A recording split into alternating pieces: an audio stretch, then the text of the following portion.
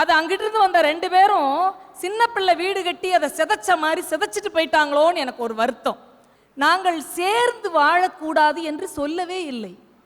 தமிழனுடைய அழகும் தமிழனுடைய பெருமையும் அவன் ஒன்றுபட்டு நிற்பதுதான்.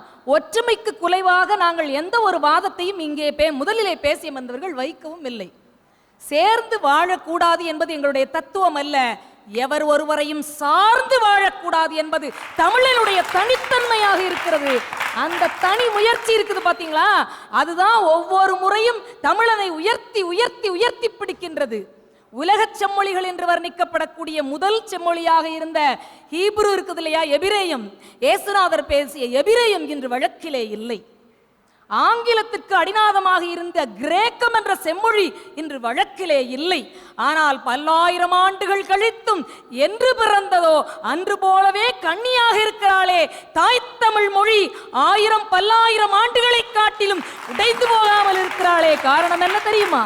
ஒவ்வொரு தனி மனிதனுடைய முயற்சிதான் என்ற எளிமையான என் வாதத்தை வைக்க இங்கே வந்திருக்கிறேன்.